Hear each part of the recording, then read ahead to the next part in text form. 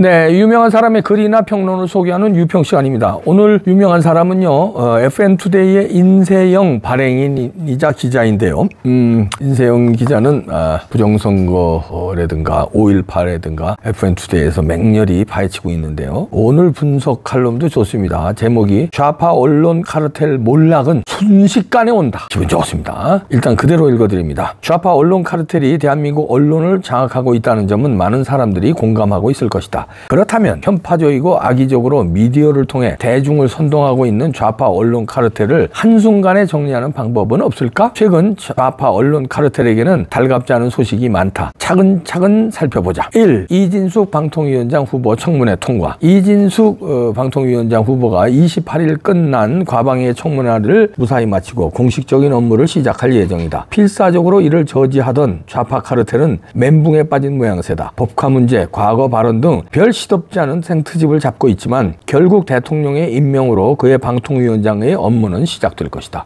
최민희 과방위원장을 비롯해서 야당의 언론 출신 과방위원들이 이진숙 후보를 낙마시키기 위해 필사적으로 덤벼들었다가 모두 망신만 당했다는 지적이다. 이 후보는 청문회에서 차분하면서도 굽히지 않는 소신을 보여줌으로써 많은 시민들로부터 박수를 받았으며 정치권에서도 영입 순위에 들었다. 야당 위원들의 모욕적인 발언에는 당당하게 그 발언은 모욕적이라고 생각합니다 라고 말하는 이 후보에 대해 야권 과방위원들은 속수무책이었다. 오히려 김장겸 전 MBC 사장에게 언론 노조가 침을 뱉는 영상이 공개되고 MBC 내부의 제3노조 집행부가 나와 그간 자행됐던 언론 노조의 만행을 증언하는 등 그간 공영방송 내에서 벌어졌던 특정 노조의 행태가 공론화되고 말았다. 착한 척, 공정한 척, 자신들이 마치 국민의 편인 척 했던 좌파 언론 카르텔의 민낯이 공개된 셈이다. 2. 유희림 방심위원장 3년 재임 확정. 유희림 방심위원장의 재임이 확정됐다. 방심위는 23일 류 위원장을 다시 방심위원장으로 선출했다. 류 위원장 연임과 함께 강경필 변호사와 김정수 국민대 교수가 윤석열 대통령 선목으로 방심위원에 임명됐다. 나머지 방심위원 6개 자리는 국회의장 추천목 3개 자리, 국회 과방위원회 추천목 3개 자리며 다음 달 새로 뽑는다. 재임을 하게 된 류 위원장은 방송 공정성과 공공성을 확보하고 건전한 정보통신 문화 창달을 위해 최선을 다하겠다고 했다. 임기는 2027년 7월 22일까지다. 좌파 언론 노조에서는 필사적으로 류 위원장을 공격했으나 재임을 막지 못했다. 심지어 류 위원장의 차량을 막던 최민희 의원을 비롯한 언론 노조원들은 업무방해 등으로 고발당하기도 했다. 3. 방송 3법은 또 폐기 수순. 좌파 언론 카르텔의 약 2권을 영구히 보존하겠다는 방송 3법은 또다시 대통령의 거부권에 막힐 것으로 보인다. 대표성을 갖고 있지 않는 좌파 언론단체가 공영방송의 사장을 임명하겠다는 노골적인 계략이 드러난 마당에 아직도 방송 3법에 미련을 버리지 못하는 민주당의 처지가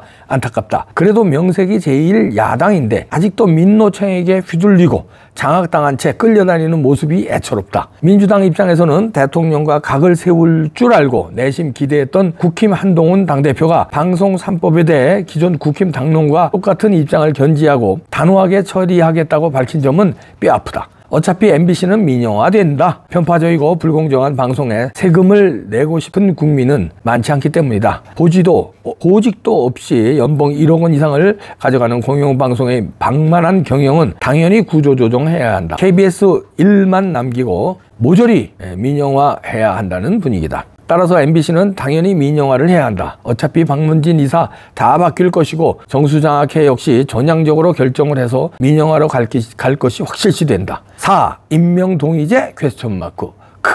솔직히 MBC는 보도국만 신속하게 개편하면 나머지는 순서대로 차근차근 정리하면 된다. 노조의 임명동의제 역시 웃기는 소리다. 이미 YTN의 사례에서 단체 협약상 임명동의제는 방송사의 인사권에 아무런 효력을 줄 수 없다고 결론을 내렸다. 서울 서부지방법원 민사 21부는 지난 18일 전국언론노동조합과 언론노조 YTN 지부가 YTN을 상대로 낸 보도국장, 보도본부장 임명처분, 효력정지 가처분 신청에 대해 언론노조의 신청은 이익이 없어 부적합하다며 각하했다. 재판부는 보도국장 임명의 경우 오히려 다른 인사보다 사측의 폭넓은 재량권이 인정된다고도 했다. 보도국장 임명이 언론사 정체성을 결정하는 중대한 경영상 판단이라는 이유다.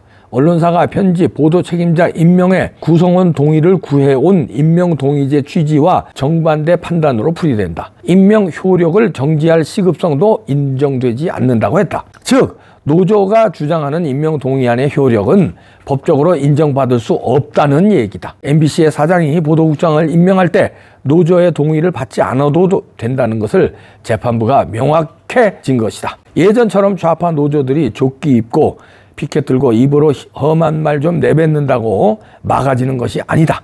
5. 언론 노조에게 충고를 하나 하자면 노조를 정치 세력화를 하겠다는 치기 어린 강령도 좀 바꾸고 좀 더 대중 친화적으로 부드러운 언어를 쓰면서 이미지 쇄신을 하는 것이 좋을 것이다. 미안하지만 언론 노조의 정체성, 민노총의 정체성은 홈페이지만 뒤져보고 구글링만 조금 해보면 만천하에 드러난다. 국민들 귀에 단결투쟁, 단일대오, 걸기대회, 분쇄, 계급 이런 단어들이 들릴 때 국민들은 언론 노조에게 박수를 쳐줄 수 있을까? 언론 노조와 민원연, 미디어 관련 좌파 교수들과 민원연, 미디어오늘과 민노총, 슬땡우 뉴스와 오마이뉴스, MBC와 언론노조, 뉴스타파와 MBC, 민주당과 통진당, 프레시안과 통진당 등 구글링만 슬쩍 해봐도 상호 밀접한 관련성이 줄줄이 나온다. 실명으로 연계도, 상호 연관성을 그려놓고 보면 아주 볼만하다. 핵심은 왜 노조가 특정 정치 성향을 갖는 민노총과 연관되어 있냐는 것 점이다. 특히 배웠다는 교수와 언론인들이 왜 민주노총이라는 특정 정치 성향의 집단과 괴를 같이 하는지 정말 이해가 안 간다. 그들에게 민노총과 언론 노조와의 관계를 아는가 모르는가 묻고 싶다. 자신들의 시커먼 속내는 감추고 마치 공정한 척, 항상 피해자인 척 쇼하지 말고 당당하게 민노총과의 관계를 청산하길 바란다. 정치는 정치인에게 하라고 맡기고 언론 노조는 노조답게 언론계 종사자들의 권익만을 위해 싸우면 오히려 지금보다 더 많은 호응을 받을 것이다. 언론 노조원들도 대한민국 국민이지 않는가? 국익을 위해 어느 쪽이 유리한지는 각각 판단해야 할 것이다. 먼 미래 일은 모르겠다. 그러나 아직은 우리에게 세계 시민이라는 추상적인 개념보다는 대한민국 우리나라 국민이 더 중요한 시점이다. 국가와 나라가 강력하게 유지되고 잘 돌아가야 동료 시민이고 We are the world고 나발이고 꿈같은 얘기를 할 수 있다. 누군가가 국민들 몰래 20-30년 동안 차곡차곡 대한민국 좌경화 그림을 그리고 있다는 것을 안다. 비밀리에 은밀히 진행된 좌경화를 막으려면 필수적으로 대중의 순간적인 각성이 필요하다. 그 각성은 어느 순간 새벽처럼 찾아오게 될 것이다. 이미 각성은 시작됐을 수도 있고 아직 시작도 안 됐을 수도 있다. 그러나 한 가지 확실한 것은 미디어를 이용해 대중을 속여먹던 좌파 언론 카르텔이 설 자리는 좁아질 것이고 결국 머지않아 파국적인 결말을 맞게 될 것이라는 점이다. PS 추신을 했네요. 방심위와 언론진흥재단 등 국민 세금으로 운영되는 국가기관에 있는 얼마 되지도 않는 좌파 노조원들은 제발 자진 해산하기 바란다. 내부 정보 빼내서 좌파 언론에 제보하는 게 니들 인생의 최대 임무라고 생각한다면 어쩔 수 없지만 당신들 명단이 공개가 안 될 것이라는 자신감은 어디서 나오는 건가? 추신을 했네요. 인세영 기자의 일갈 잘 분석했는데요. 좌파 언론 카르텔 영원할 것 같지만 몰락은 순식간에 오는데 그 지금 분위기가 무르익고 있다. 이러고 조목조목이 그 근거를 댔는데요. 그러니까 이제 이게 하나하나가 윤석열 대통령이 우리가 좀 답답해 보였잖아요. 2년 됐는데 뭐 한 게 뭐 있냐 이렇게 아우성치는 우파들도 있어요. 왜냐하면 이재명이 저렇게 설치지. 문재인 아직도 안 조사도 안 했지. 부정선거 수사도 안 들어갔지. 지금은 들어갔습니다. 부정선거 수사. 그랬지 뭐 언론 노조 그다음에 뭐 전교조 뭐 이런 거 하나도 해결을 안 됐으니까 답답해서 그러는데 가만히 생각해 보면 지금 자꾸 해결하고 있는 중이에요. 부정선거 수사 들어갔잖아요. 경찰 수사 끝내고 지금 검찰로 송치됐어요. 그다음에 감사원 감사 들어갔습니다. 그리고 압수수색 들어갔어요. 선관위에 대해서. 그러니까 이제 들어간단 말이에요. 아직 결과는 안 나왔지만 수사가 지금 들어갔습니다. 그다음에 이재명에 대한 수사도 믿었던 한동훈과 이원석 검찰총장이 잘못하니까 이원석을 완전히 봉쇄시키고 임기는 어차피 9월까지니까 이창수 중앙지검장을 통해서 위에는 박성재 법무부 장관이 완전히 샌드위치로 이원석을 싸고 가지고 일사천리로 캐비넷에서 수사 꺼내서 지금 밀어붙이고 있고요. 그 다음에 여기서도 지적했지만 방송도 이진숙 방통위원장 아주 훌륭하네요. 이분을 꽂았고 뭐 이건 뭐 청문회에서 난타질을 하건 말건 그냥 임명할 겁니다. 임명하면 아마 여기서 비장한 뭔가 작전이 나오지 않느냐. 저는 이제 시간차 공격을 주문했는데 논평에서 그건 뭐 나중에 따로 보시기 바라고요. 시간차 공격으로 뭔가 혁혁한 MBC 정상화 작업에 들어갈 것이다 보고요. 유일임 방심위원장 3년 재임 이것도 밀어붙였잖아요. 그러니까 다 하고 있는 거예요. 유일임 위원장은 제가 워싱턴에 있을 때 YTN 워싱턴 특파원이었거든요. 그래서 워싱턴에서 뭐 자주 만났었죠. 아주 강직하고 우파고 아주 실력 있는 분입니다. 이분이 3년 재임이 확정됨으로써 방심위 방송심의위원회 이거 굉장히 중요해요. 왜냐하면 방송사들의 벌점을 매기고 재승인 제허가의 결정적 역할을 하는 데입니다. 여기가. 여기 이제 유일임 방심위원장이 3년 동안 아마 좌파 언론에 대해서 입에 재갈을 물릴 겁니다. 그리고 방송 3법은 뭐 윤석열 대통령이 뭐 거부권 뭐 해서 폐기시킬 게 뭐 뻔하고요.